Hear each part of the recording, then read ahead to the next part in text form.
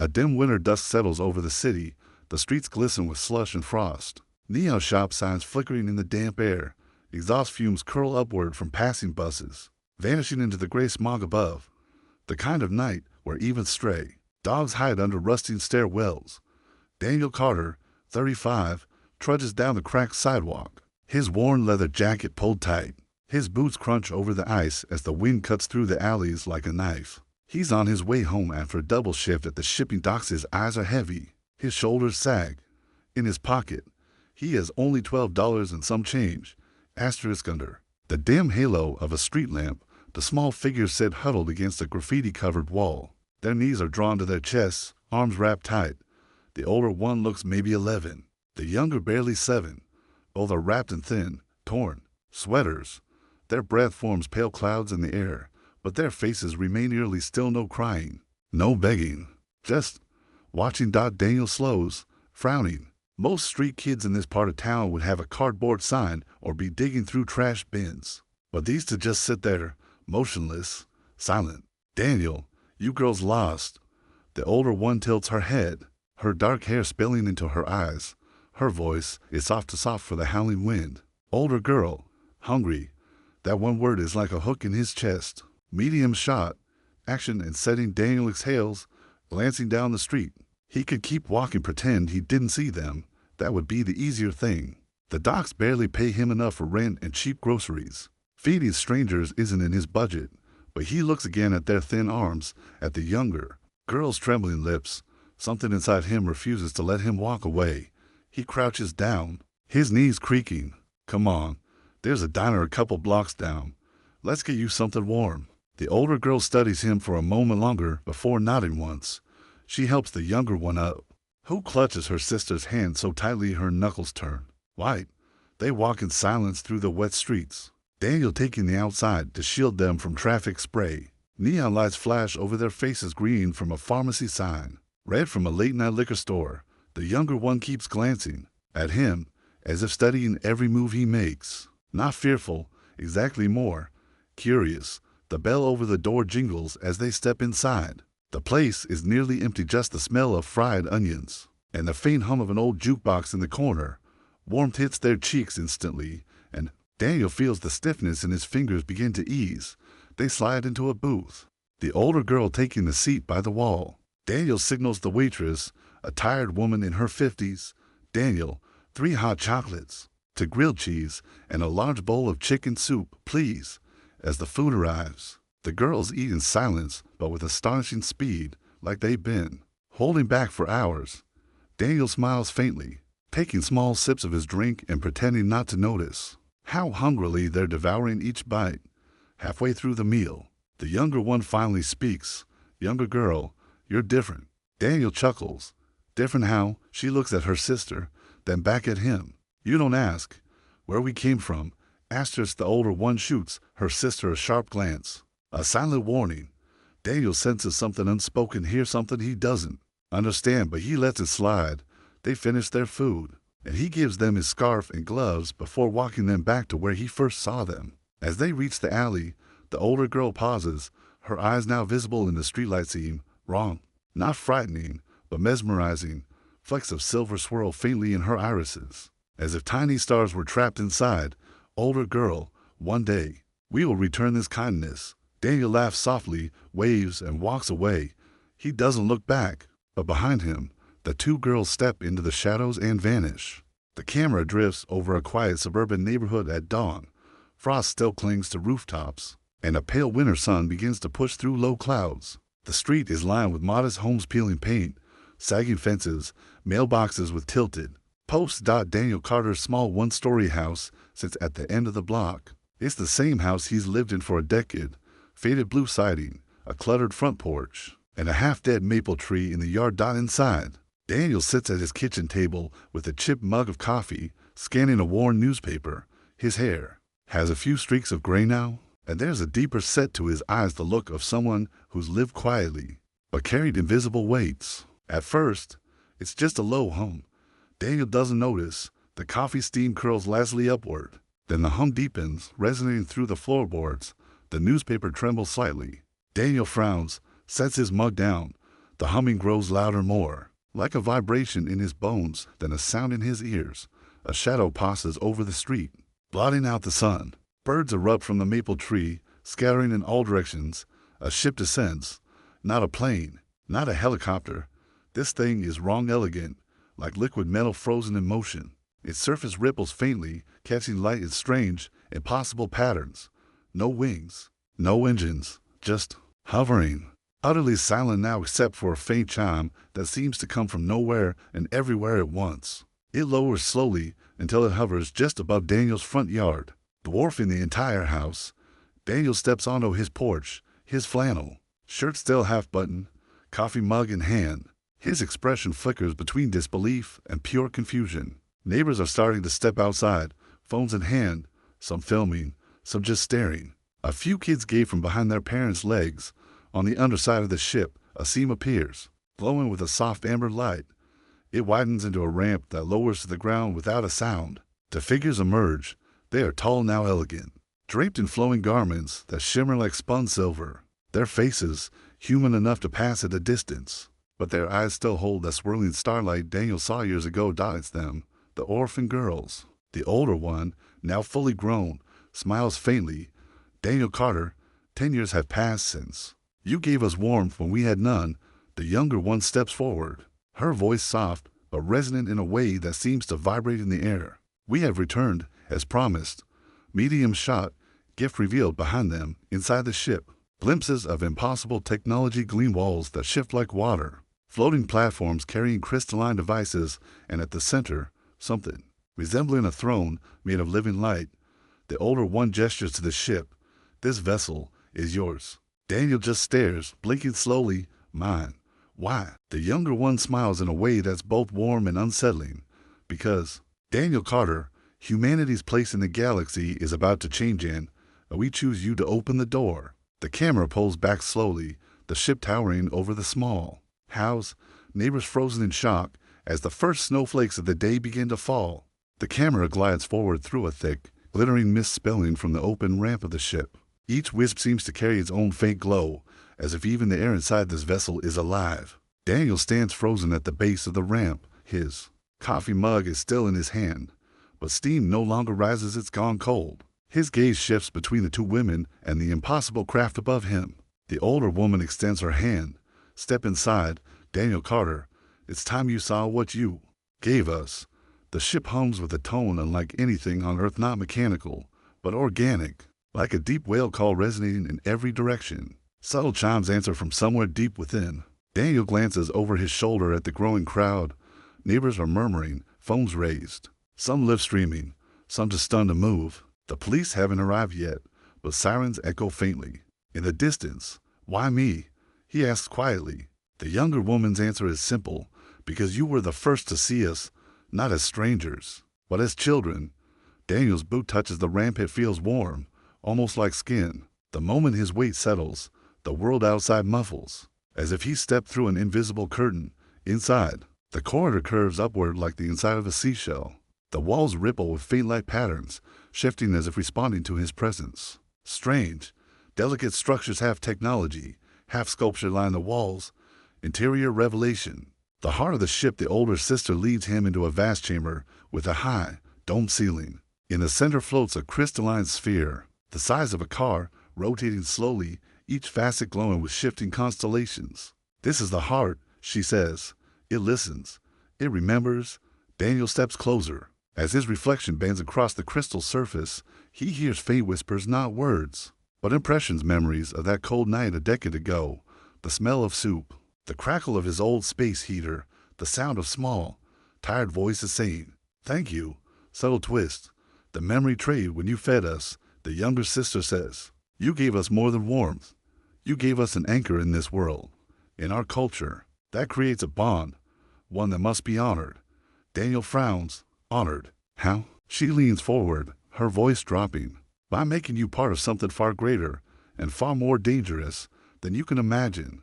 The crystalline sphere brightens suddenly, and the chamber transforms. Walls vanish, replaced by a full 360 view of deep space nebulae in vivid colors, sprawling armadas of alien ships, entire worlds glittering like jewels in the void. But then, Shadows, shapes to large, to dark, blotting out stars as they move. The older sister's voice is calm but heavy. They have found us. Soon, they will find Earth. The sphere pulses once, bathing Daniel in light. You will decide what happens next. The 360 star map slowly dims until the chamber returns to its glowing, shell-like interior. The crystalline sphere hovers silently, but its facets pulse like a heartbeat. Daniel takes a slow breath, his voice low. So you're telling me I'm supposed to fight something like that? The younger sister shakes her head. Not fight, lead. The older sister steps forward, her silver robe whispering across the smooth floor. This vessel is more than a ship, it is a key. It can open pathways. In space no one else can travel, pathways that could hide Earth or expose it.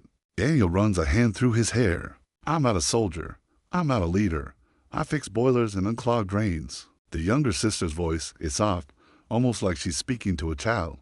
10 years ago, you didn't feed us because you were strong or powerful or important. You fed us because you were kind.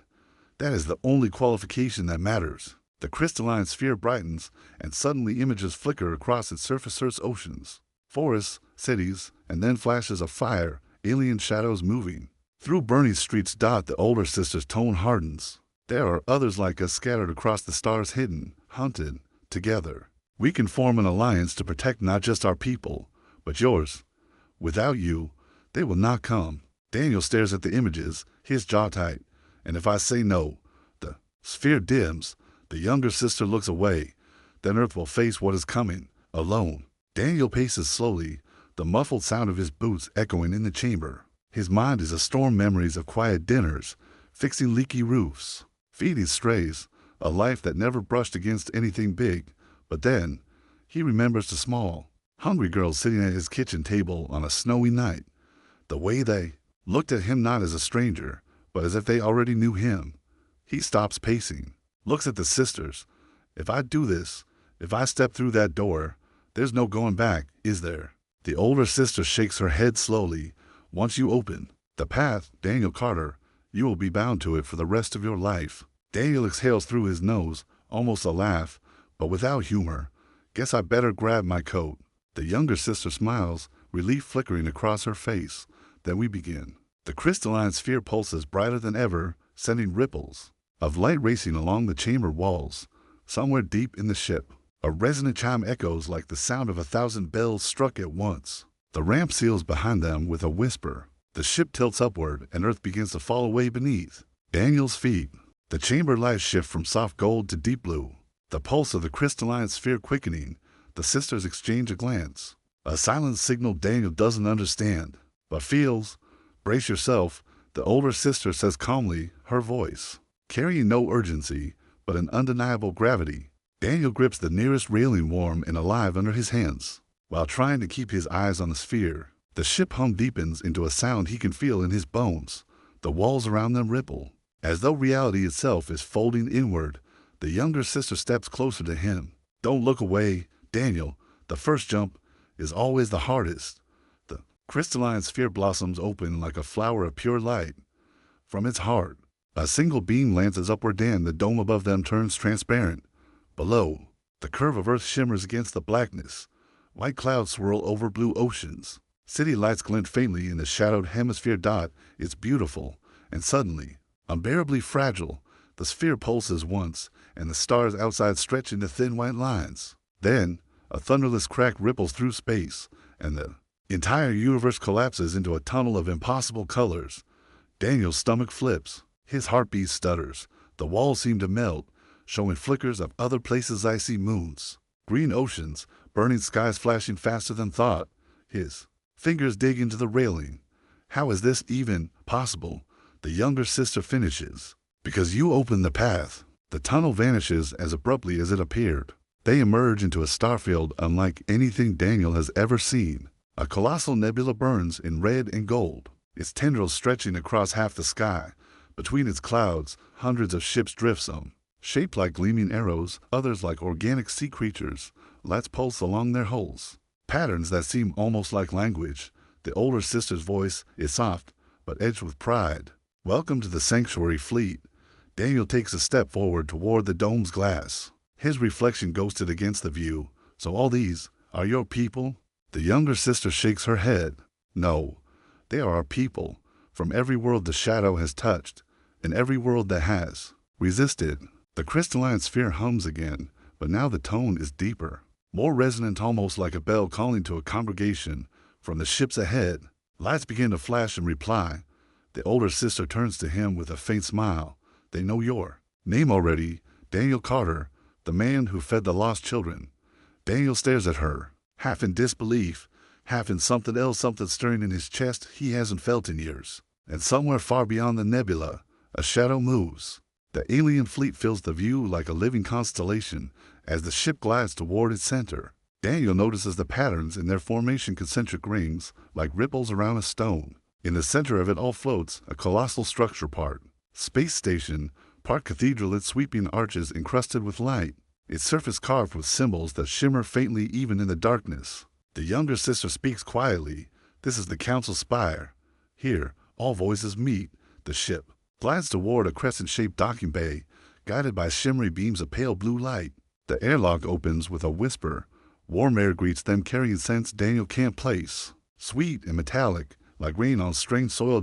As he steps inside, the floor beneath his boots feels unnervingly smooth, almost liquid, yet it holds. His weight is solid as steel. Aliens of all shapes and sizes move along the wide corridor, tall, thin beings with translucent skin, broad, fur creatures with eyes like molten gold, humanoid figures in intricate armor. All of them pause to look at Daniel. Their stares are not hostile, but they are not welcoming either. The chamber itself is an immense amphitheater, with tiers rising in a spiral. Each tier holds representatives from different worlds, dozens of species, hundreds of eyes, voices murmuring in countless languages.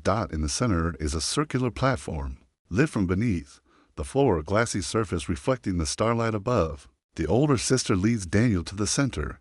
Do not speak until spoken to, she whispers. A figure rises from the highest tier, a towering being of living stone, its voice deep enough to shake the air. This is the one you bring to lead us? Murmurs ripple through the chamber. Daniel swallows hard. Lead?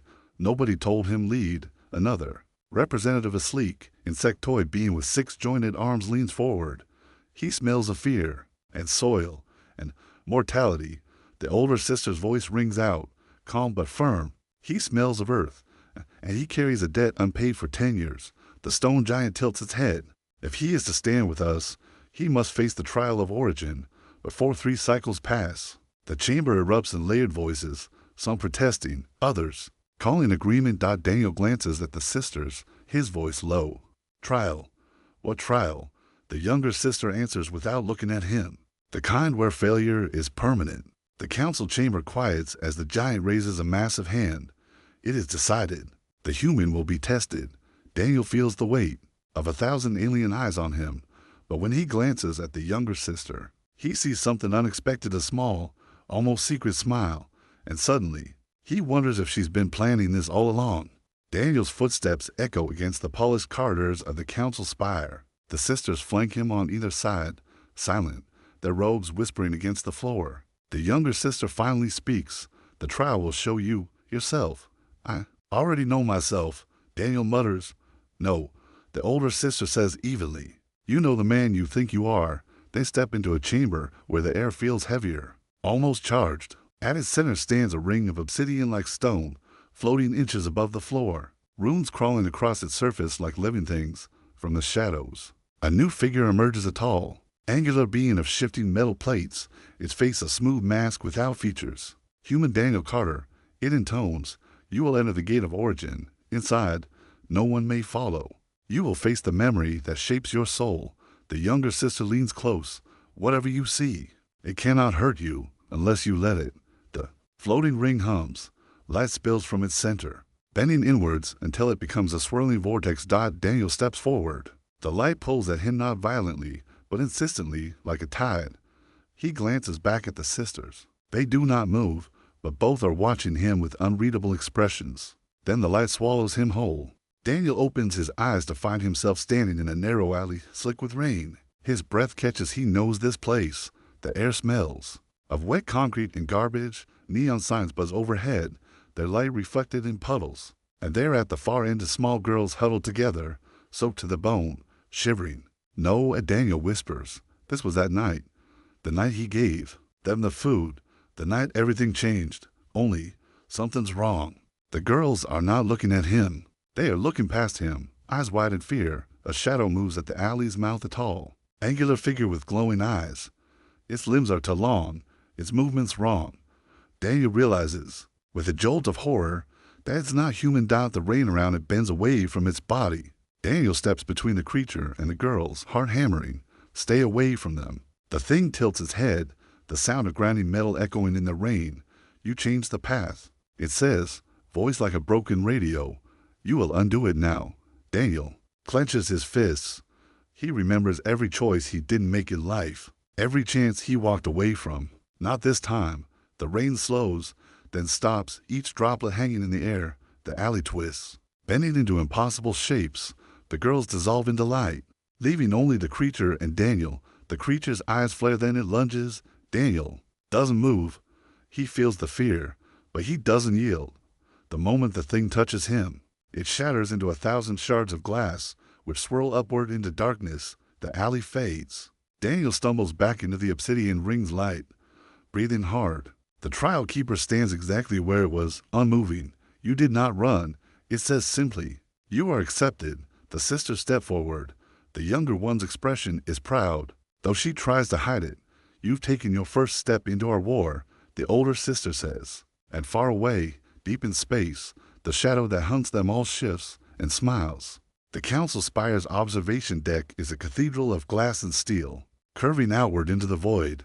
From here, Daniel can see the alien fleet as scattered lights against a star-filled silent. Orderly, beautiful, the younger sister stands beside him, hands clasped behind her back. They think the shadow doesn't know we've gathered here, she says softly, and does it. Daniel asks. She glances at him, eyes unreadable. It always knows. A tremor runs through the deck, not from impact, but from sound. A deep, thrumming pulse, too low to be heard, rattles the bones. Daniel's stomach knots outside. One of the smaller escort ships flickers, then vanishes, not destroyed, simply gone. An alarm shrieks. Alien voices cry out in dozens of languages. The older sister bursts onto the deck, her voice sharp. It's here.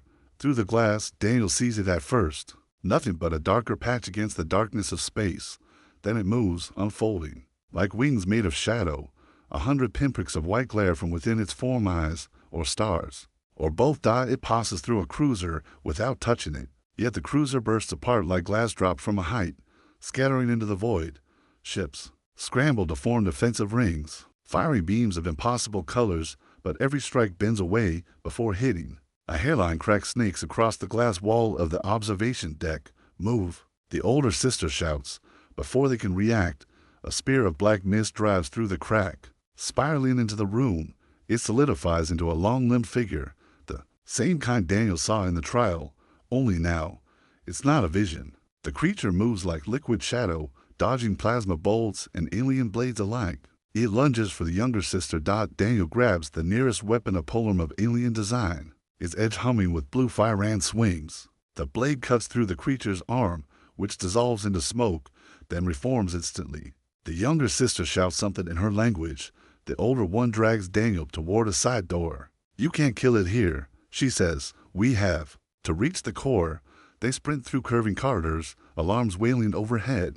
The floor trembles with each distant impact. Daniel risks a glance back. The shadow figure is following, but it doesn't run. It stalks, taking its time. Every time he looks away and back, it's a few steps closer. They slam the door to the core chamber. The shadow stops on the other side of the transparent barrier. It presses one long, blackened hand against the surface, tilts its head, and speaks in perfect English. You don't belong here, Daniel. Go home, or I'll send you there in pieces. Then it fades into mist, gone as suddenly as it came. Daniel realizes his hands are shaking, not just from fear, but from something worse. The thing knew his name. The core chamber feels like stepping inside a star. White gold light ripples across every surface, flowing like liquid metal over curved walls. In the center, suspended in midair, a massive crystalline sphere rotates slowly, each facet reflecting alien constellations. The older sister approaches it without hesitation. The younger one lingers by Daniel, her expression unusually serious. "This is where you finally get answers," she says quietly. The crystalline sphere pulses once, and a deep, resonant voice fills the room not from speakers, but from inside Daniel's skull. Human Daniel Carter, it says, "Your presence here is an echo of a choice you made 10 Earth years ago. The shadow haunts you because it cannot erase that choice from the flow of events." Daniel frowns. "The meal. The night I fed you." The younger sister nods. "We weren't lost children. We were in hiding, wounded after an encounter with the shadow. Your kindness bound you to us in a way neither we nor it could undo."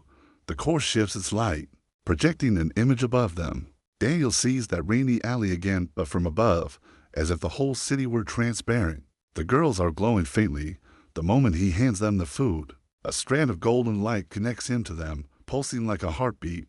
This bond, the core says, is a tether of will. In the timelines where you walked away, the shadow won. In the one where you stayed, the war has hope. Daniel swallows. "So this is about fate." The older sister's voice cuts in, sharp. "No, it's about choices. And you're going to have to make more of them harder ones if you want to survive what's coming." The core hums louder. The shadow knows the tether cannot be broken without your death. It will come for you again, and next time, it will not come alone. The sphere flares, and Daniel's vision is pulled into blackness. Shapes emerge, a vast army of shadow figures, each one different, each worse than the last. Towering silhouettes with too many limbs, creatures that crawl like insects but move like predators dot at the center of them all. A single, massive form with a crown of burning white fire for eyes dot it turns in the vision. As if aware he's watching and smiles, Daniel stumbles back, gasping, "It saw me.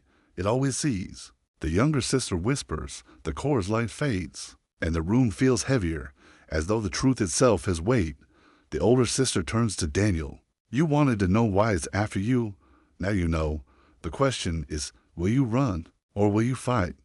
Daniel looks at her, then at the younger sister, then back at the core. The golden tether in the projection still glows faintly in his. "Mine. I already made my choice 10 years ago," he says. "I'm not changing it now." The core pulses once, like approval. Outside, distant explosions rumble through the spire. The shadow is already moving again. The spire shudders like a struck bell. A booming resonance rattles the core chamber as the lights flicker from gold to crimson. "Breach detected.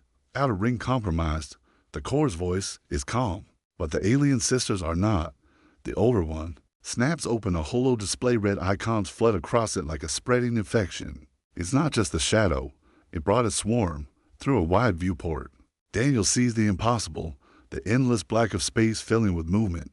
Ships, no creatures, vast, insectoid silhouettes glide toward the spire, their bodies lined with pulsing veins of sickly blue light. Between them, smaller shadow beasts dart like sharks in water. Alien defense ships weave through the chaos, fiery beams that carve the swarm apart. Yet for every one destroyed, to more appear. "It's eating through our defenses like they're nothing," the younger sister says, voice tight. The core chamber vibrates as massive metallic petals begin to unfold around the spire's midsection, revealing weapons the size of skyscrapers. Beams of pure white light arc out into the swarm, vaporizing entire waves in seconds. The core's voice deepens. "Defense protocol Theta engaged. Recommend evacuation of the human asset." "He's not an asset," the older sister snaps. "He's part of the fight." Daniel, still gripping the alien polearm, tries to sound braver than he feels. "If I'm the reason it's here, I'm not running." A deafening metallic shriek echoes through the corridors outside. The doors to the core chamber bulge inward as something claws from the other side. Then the wall itself bursts open, not from explosives, but from decay. Metal crumbles into black dust as the shadow's smaller forms pour through.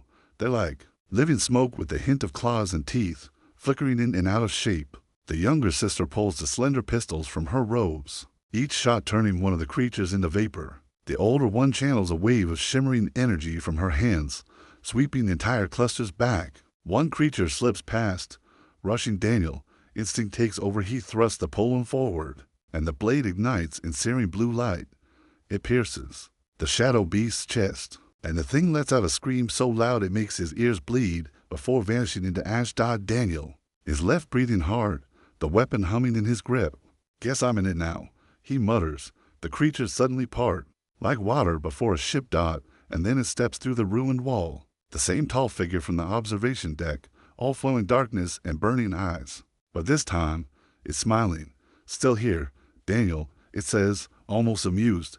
Good. I'd hate to chase you across another galaxy. The core dims its light. As if even it is wary, the alien sisters position themselves between Daniel and the shadow.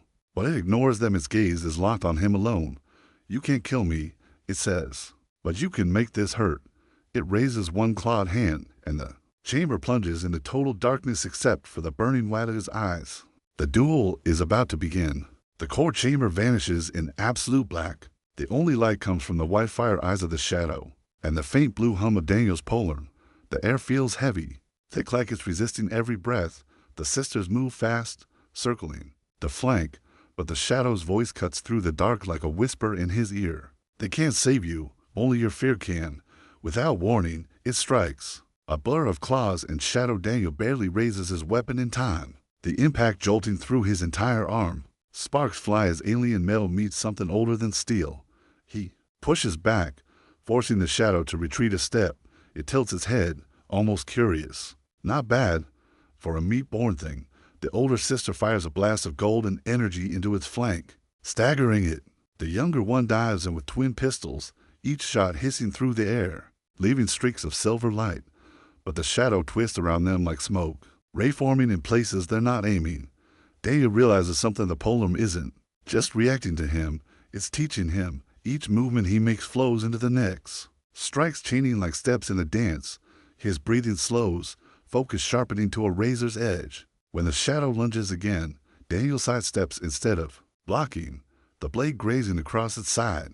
The wound sizzles, and for the first time, it snarls in pain, so the little spark bites back. It hisses. The core sphere begins to pulse rapidly, and a resonant vibration shakes the chamber. Warning: shadow entity destabilizing spatial integrity, initiating dimensional anchor. Pillars of light erupt from the floor, locking around the shadow. For a brief moment, its form is solid. No smoke, no shifting, just a towering, skeletal figure wrapped in living black armor. Now, the older sister shouts.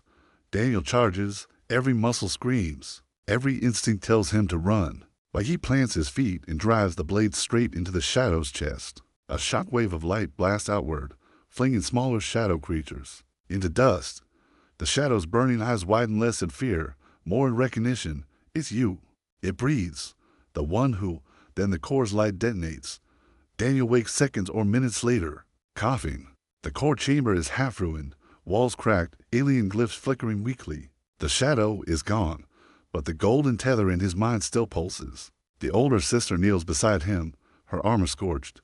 You didn't kill it, she says, but you hurt it.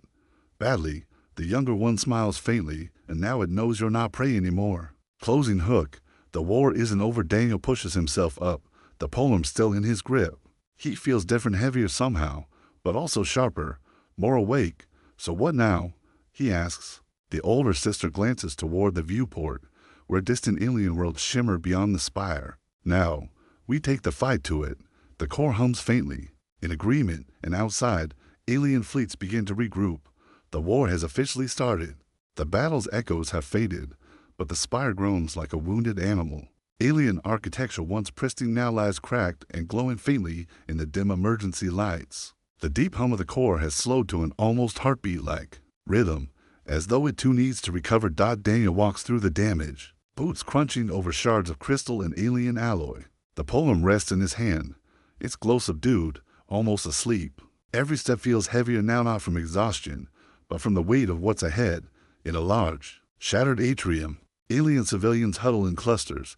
They're tall, willowy beings, their skin a soft metallic hue.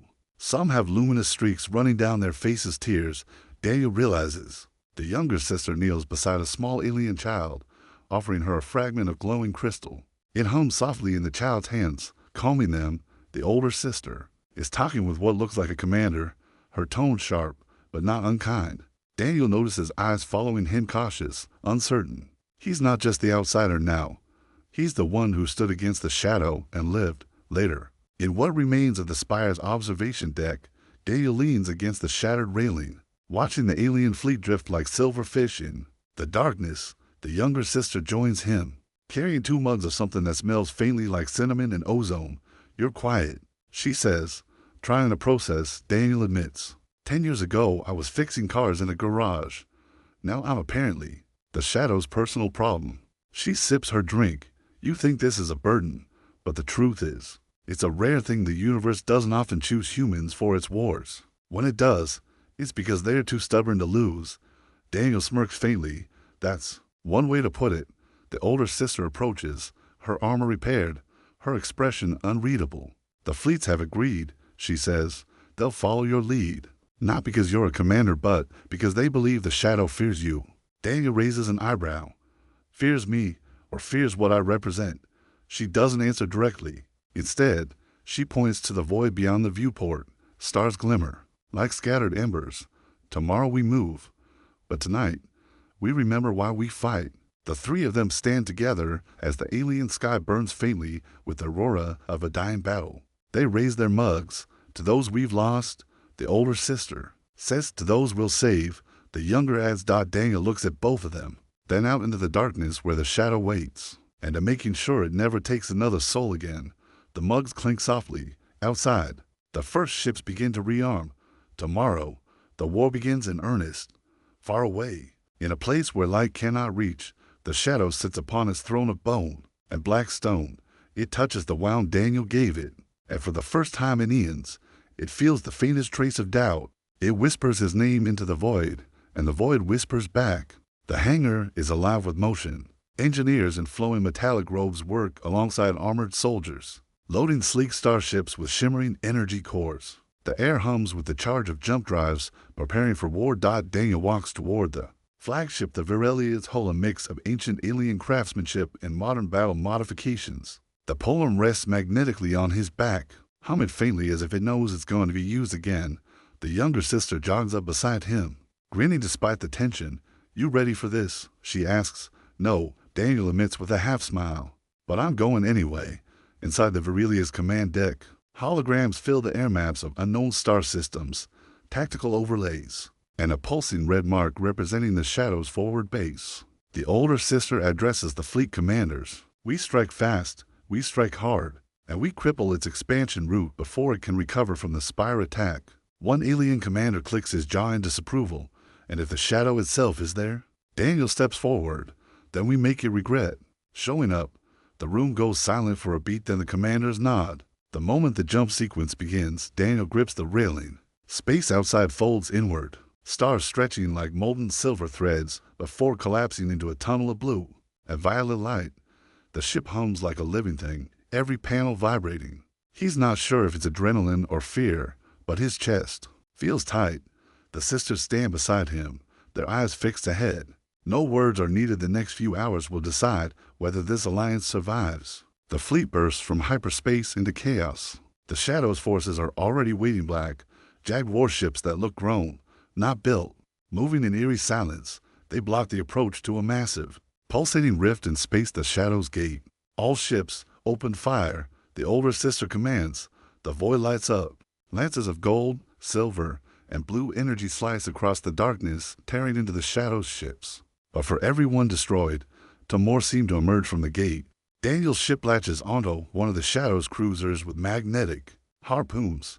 The airlock slams open, and they charge in Daniel in the lead, Polarm slicing through the black armored soldiers like lightning. The younger sister fights back to back with him, her twin pistols spinning in deadly arcs. The air smells of scorched metal and alien ichor.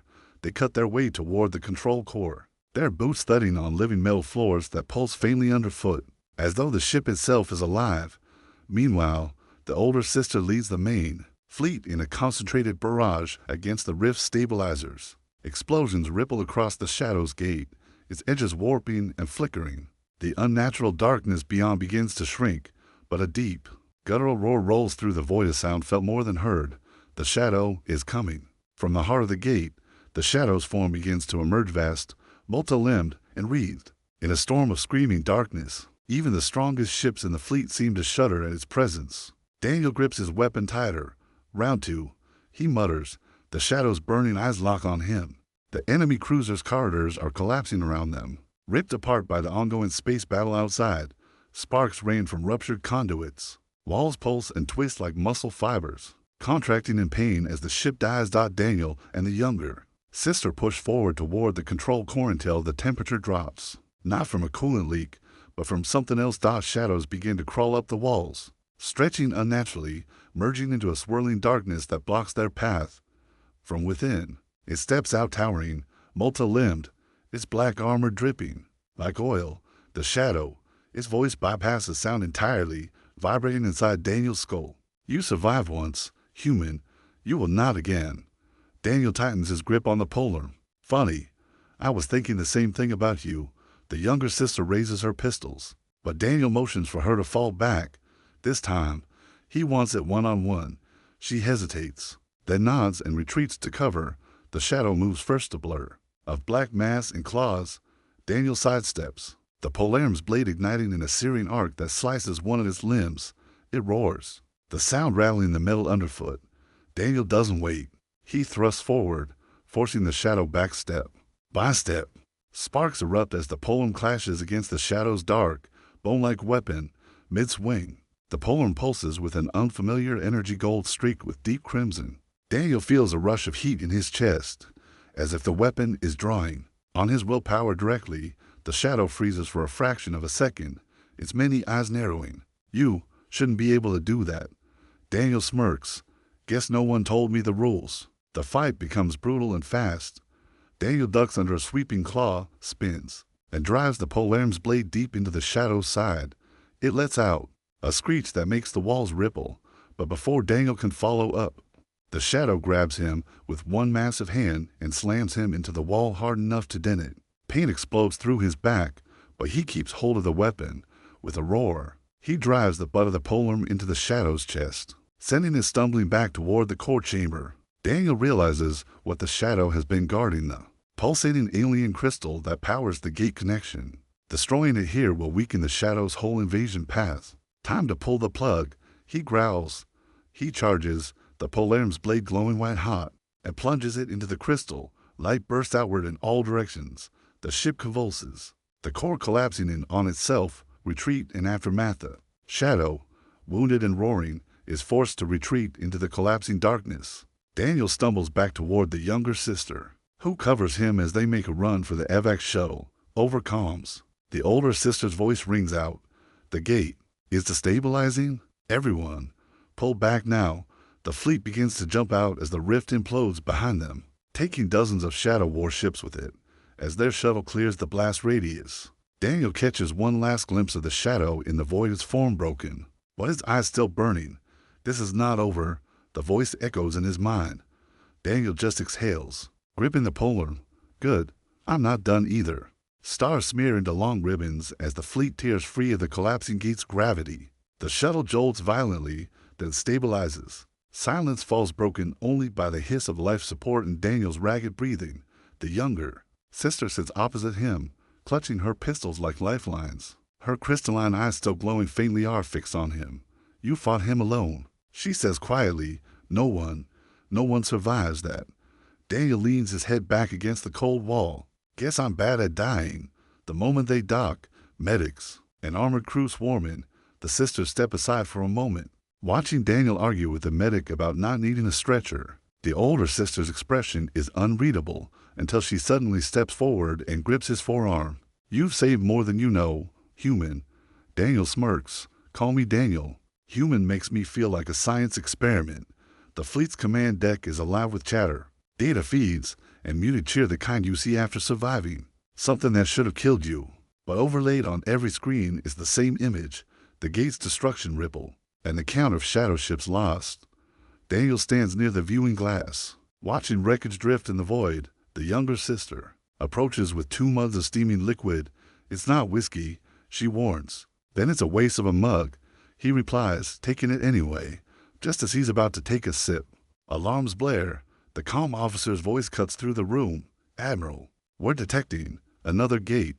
Coordinates, Earth system. The room freezes. The older sister slams her palm onto the console. No, they're moving too fast. Daniel sets the mug down and steps forward. Then we move faster. The holomap shows Earth's position, still blissfully unaware of what's coming. The shadows are already halfway there. The fleet's captains argue, engage and risk losing their wounded ships, or regroup and risk losing Earth entirely. Daniel doesn't wait for permission. You're debating whether my planet lives or dies. If we're going, I'm with you. If you're staying, I'll take a ship myself. The older sister studies him. For a long moment before nodding sharply, prepare the fleet. We intercept in 3 hours. In the crew quarters, Daniel finally sits Bolum resting across his lap. The younger sister sits across from him, oiling her weapons. You know, she says, when you gave us that meal 10 years ago, I thought that was the only time you'd save us. Daniel chuckles. You keep showing up in trouble. I keep showing up to ruin someone's day. Her expression softens. Earth is lucky. Out in the dark, the fleet shifts formation, dozens of alien and human-made ships aligning in a spear point. Stars glint against their hulls as they angle toward the new gate dot in the distance, barely visible. Something massive and black slithers through space toward Earth. Daniel grips the polum tighter. The war isn't over. It's just moved home. The fleet ignites in unison. Thrusters roar. Trails of plasma cutting streaks across the void. Every ship pushes past safe limits, hull plates rattling, reactors screaming in their cores. On the flagship's bridge, the younger sister leans over. The pilot's console. Give me everything you've got. The pilot glances at her nervously. Ma'am, the core temperature. I said everything. The ship lurches forward. G-forces dragging Daniel against the safety harness. His teeth grind as he watches the starfield ahead distort into a tunnel of light. Multiple contacts front and closing. The comms officer calls out. A hologram blooms above the console, showing black, blade-shaped shadows cutting straight toward the Earth gate. Their formation is precise, surgical, like a predator zeroing in on prey. Daniel's gut twists. That's not a war party, he mutters. That's an execution squad. The moment the fleets cross range, the void ignites with weapons fire. Beams slice through darkness. Missiles leave curling contrails of light before detonating in silent bursts. One shadow ship takes a direct hit, its armor peeling back like charred skin. But two more surge forward, filling the gap. Daniel's knuckles whiten on the rail. We're not going to stop them like this. We need to cut them off at the gate. The older sister hears him and nods once. Agreed. All wings break formation. Push to intercept coordinates 097. The fleet splits into spear points, weaving between debris and enemy fire. Inside the flagship, the younger sister moves with surgical precision, targeting, firing, recalibrating, her expression locked between fury and focus. Daniel stands beside her station, scanning the sensor feed. Then he sees it, an enemy command ship, its hull bristling with control spines. That one, he says. We take it out. The rest scatter. She doesn't hesitate. Target locked. The flagship tilts into a roll, plasma bolts streaking past the canopy. A shadow cruiser swings into position to block them, weapons charging. We're not getting through, the pilot shouts. Daniel grabs the comm, then punches through. The older sister's voice cuts in. Brace. The ship slams forward, shields flaring white as they ram the shadow cruiser head-on. The impact shudders through every deck alarm scream. But the enemy ship spins away, broken. The massive enemy command ship looms ahead, silhouetted by the swirling maelstrom of the forming gate. Earth hangs beyond it in the far distance, small, blue, and utterly vulnerable. Daniel's voice is a low growl. If they get through, Earth burns. The sisters say nothing. They don't need to. All three of them know this is the last line. The flagship's prow locks into the jagged breach they tore in the shadow command ship's hull. Magnetic clamps engage with a bone-shaking clang, and the airlock fills with the deep red glow of emergency lights. Daniel stands at the front of the boarding team, polearm in hand. Its silver edge hums faintly, reacting to the proximity of the shadow's presence. The sisters flank him, older sister armored like a walking fortress, younger sister carrying a compact plasma rifle slung across her chest. Over comms, the pilot says grimly, "You've got 5 minutes before the gate cycle completes. After that, we don't come back." Daniel finishes. They step into the shadow vessel's corridors, a labyrinth of dark, organic metal walls that seem to breathe. The air is cold and wet, smelling faintly of rust and something alive. The lights pulse in slow rhythm, like a heartbeat deep inside the ship. Then they hear it. The clicking, fast, irregular, coming from all directions. Shapes drop from the ceiling, sleek, insectoid shadow drones with bladed limbs. Their movements are unnervingly smooth, their eyes like liquid obsidian. Daniel spins his polearm. the blade slicing through the first drone in a shower of sparks and oily black ichor. The older sister slams her shield into another, crushing it against the wall with bone-snapping force. The younger sister moves like lightning, firing precision shots into the drone's core nose. Her rifle vents steam with each overcharged burst, but for every drone they kill, two more scuttle forward. A sudden decompression blast tears through the corridor, an enemy projectile piercing the hull. The atmosphere rips out in a violent rush, pulling everyone into the void. Emergency mag boots engage, but debris, drones, and fighters spin through the breach. Daniel clings to the wall with one boot, swinging the polearm in wide arcs to cut down anything drifting toward them. The younger sister grabs a handhold, firing in short, controlled bursts even as she's spun halfway upside down.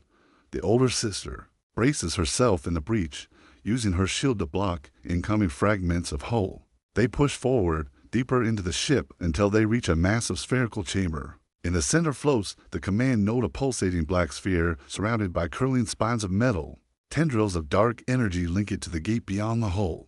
The Shadow's voice fills their heads deep, cold, and utterly alien. Little human, you could have lived in peace.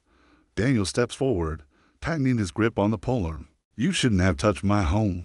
A massive shadow warform drops from above, towering, four-armed, with a face like a cracked obsidian mask.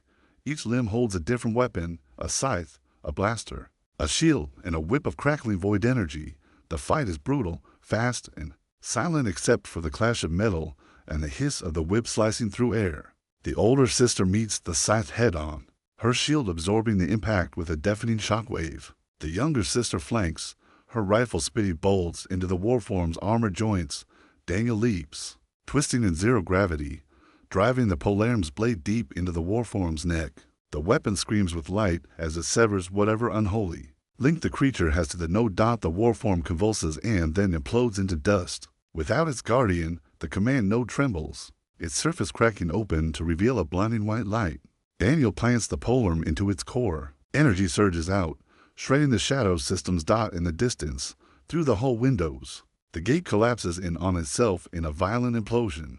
The shadow fleet shatters, their black forms scattering into the void like smoking wind. The three of them float in the silence, breathing hard. Daniel lets out a shaky laugh. Guess we made it back. The younger sister smirks. Told you you're too stubborn to lose. The stars fade into blue as the shuttle slices through Earth's atmosphere. The hull trembles from re-entry, streaks of fire licking past the viewports. Inside, Daniel sits strapped near the cockpit, helmet in his lap. The sisters sit across from him, their usual poise cracked just enough for exhaustion to show. The older sister's armor is scuffed and dented, faint streaks of black ichor still clinging to it. The younger sister's hair is a mess, plasma burns peppering her suit. Neither says anything. The silence is not awkward, it's heavy, like three people who have nothing left to prove to each other. The clouds part. Morning sunlight spills through, painting the oceans in gold. Far below, green fields and the glimmer of distant cities come into view. Daniel stares down, and for the first time since the fight began, his shoulders loosen. You two are going to like this place, he says softly. The younger sister smirks. You make it sound like we're staying. You're staying, he says, no hesitation. The shuttle touches down on the edge of Daniel's hometown. The landing pad is little more than a repurposed field, the grass flattened into an uneven ring from infrequent use. As the hatch opens, a breeze rolls in clean, warm, full of the scent of earth and flowers. No metallic tang, no recycled air hum. Just home. The sisters pause at the threshold, taking it in like a memory they never had, where travels fast in small towns. By the time Daniel steps onto the grass, people are already gathering, neighbors, kids, old friends. Some are wide-eyed at the sight of the alien sisters, others don't care, rushing forward to clap Daniel on the back or pull him into hugs. A little boy runs up and stares at the younger sister's crystalline eyes. She kneels down, smiling, and hands him a small, glowing shard from her world. He takes it like it's treasure. Daniel leads them to his homemade old farmhouse with a creaky porch. Inside, sunlight floods the warm wooden kitchen. The table is the same one from 10 years ago, when his shivering girls had sat there eating warm soup for the first time, without a word. Daniel moves to the counter, takes out a pot, and begins making the same meal. The smell fills the air, thick broth, herbs, bread warming in the oven. The older sister sets her gauntlets on the table and sits down, staring at the bowl when he places it in front of her. She doesn't eat right away, she just looks at him. You didn't know what we were back then, she says quietly. Didn't care. Daniel replies. Why? She presses. He stirs his own bowl, because hungry is hungry, doesn't matter where you're from. Through the kitchen window, the sisters can see the luxury starship hovering above the fields in standby mode. Sleek silver hull, its engines casting a faint shimmer over the grass. It's out of place here. A piece of the galaxy parked in a quiet corner of Earth. The younger sister finally speaks, her voice softer than usual. You know, you could come with us. Daniel chuckles, shaking his head, and miss mornings like this, not a chance. They eat in silence for a while, the warmth of the soup cutting through the fatigue of war. Outside, the ship waits, ready to take the sisters back to the stars or wherever they choose to go. The older sister glances out at the fields, then back at Daniel. You're wrong about one thing, she says. Oh, you are coming with us, someday, when Earth needs a stubborn human again. Daniel smiles faintly, but doesn't argue. Deep down, they all know it's true. The camera would pull back here out the kitchen window, over the fields, past the gleaming ship, and up into the sky where the faint glimmer of a rebuilt gate waits among the stars. The farmhouse door swings open, letting in a gust of wind. The sisters stand side by side, armor clean, helmets clipped at their belts. Their starship hums faintly in the background. Ready for launch. Daniel leans against the doorframe, arms crossed, that stubborn farmer's stance that says I'm not moving even without words. The younger sister keeps glancing back at him, like she's hoping he'll change his mind at the last second. The older one simply watches, her expression unreadable though her eyes linger on him longer than they should. We can't delay. The older sister finally says, I know. Daniel replies, then this is goodbye for now. Before boarding, the younger sister reaches into a compartment on her belt and pulls out something small. A polished metal disc etched with alien glyphs. She presses it into Daniel's hand. What's this? He asks. A recall token, she says. Touch the center, and wherever you are, we'll come. Daniel turns it over in his fingers. It's warm not from the sun, but as if it has its own heartbeat.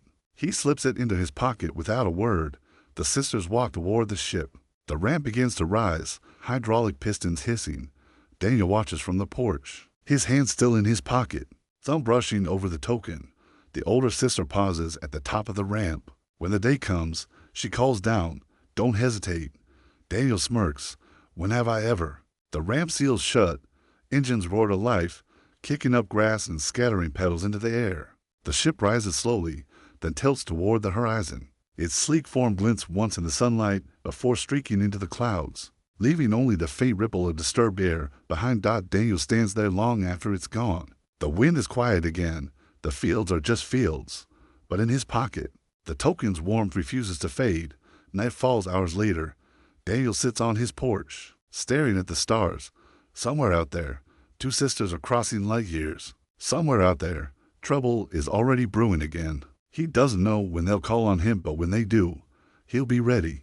The camera slowly pans upward, the night sky filling the frame until a faint shimmer like the outline of a gate appears among the constellations. Fade to black, a black screen, faint static, then dash space. We drift through the void, passing broken shards of metal and drifting corpses of shadow ships, their jagged hulls silhouetted against distant stars. The silence is almost sacred. Suddenly, a flicker, faint pulse of light rippling outward like a signal bursting through dimensions. Somewhere deep in space, inside a dimly lit war room aboard an alien dreadnought, a console chirps. A tall, robed figure face hidden leans over the display. On the screen, alien glyphs spiral around an image Earth. It's begun. The figure whispers in a guttural tone. Send the hunters back on Earth. Daniel is asleep in his bed, one arm draped lazily over the blankets. Moonlight spills through the window. In the darkness, something begins to glow faintly. Steadily inside his jeans pocket, draped over the chair, the recall token. It hums once, then again. Then it pulses hard. Daniel's eyes snap open. He sits up, heart pounding. As the token's glow intensifies, filling the room with silver blue light, symbols swirl across its surface like liquid fire. A voice, faint, distorted, but unmistakably hers, echoes inside his head. Daniel, we need you. Daniel grabs the token. His jaw sets. Without looking away from the window, he reaches for his boots. "I knew you'd be back," he mutters. Cut to black. The last sound is the faint, rising hum of a ship's engines getting closer. The scene opens far from Earth, in the crimson orbit of a dying star. A massive alien station hangs in the void, its design a twisted blend of metal and bone, radiating malevolence. Dozens of different warships circle it like vultures waiting for a corpse to drop. Inside the station's central chamber, a long table stretches into shadow. At each seat, alien warlords from across the galaxy sit hulking insectoids, robed telepaths with no mouths, reptilian creatures with glowing eyes. The air vibrates with tension. At the head of the table, a tall figure steps forward, the same robed being who saw Earth 10 years ago. "We failed to acquire the Chosen," the figure says, voice echoing unnaturally. "Now, they have an ally." The figure gestures. A holographic projection appears above the table, a perfect likeness of Daniel, his name written in alien glyphs beside his face. "This human has altered their path," the figure continues. "Alive, he will break. Dead, the sisters will fall. The bounty is unlimited." A ripple of low, hungry growls passes through the warlords. One of them, a scarred insectoid general, leans forward. "Consider it done." Morning light spills across the farmhouse kitchen. Daniel is at the stove, frying eggs like it's any other day. The token sits on the table, inert again, but now a faint scorch mark is visible on its surface, like it burned hot during the night. A small vibration passes through the floorboards, so subtle it could be mistaken for a passing truck. But Daniel knows better. His eyes shift toward the window. Outside, a black shape glides low over the distant tree line. No sound, no contrail, just the shimmer of light bending unnaturally around it. It disappears into the clouds, but Daniel's hand is already reaching for the gun under the counter. "So, it begins," he mutters. The camera pulls back, rising high above the farmhouse, past the clouds into the black of space where dozens of faint shapes now drift in Earth's orbit, their outlines barely visible against the stars. They're waiting. Fade to black. Evening settles over the farmhouse. The sky glows gold, streaked with pink and violet as the sun dips toward the horizon. Cicadas hum in the tall grass. Daniel sits on the wooden porch steps, a mug of coffee in his hand. The alien token rests beside him, silent for now, catching the fading light. The sisters stand in the yard, laughing softly as they watch fireflies dance in the warm dusk. Their laughter is a sound he didn't realize he'd missed until it returned. Daniel looks at them, older now, stronger, yet still carrying a shadow in their eyes from the day he found them. He knows that peace like this doesn't last, not in the galaxy he's just glimpsed. He picks up the token, turns it in his hand. The scorch mark still glows faintly. When they call again, he says quietly, almost to himself, "I'll be ready." Far above, in the deepening night sky, a small, dark shape hovers, not close enough to be threatening, just watching. Its outline is barely visible against the stars, but its presence is undeniable, a silent reminder that the galaxy has not forgotten. The camera slowly pulls back from the farmhouse, the sisters, the porch, and Daniel's determined gaze. The sound of cicadas fades into the low hum of an alien ship. Somewhere out there in the dark, the last thing we see is the token's glow, pulsing once twice, then going still. Fade to black. Text appears. The end for now.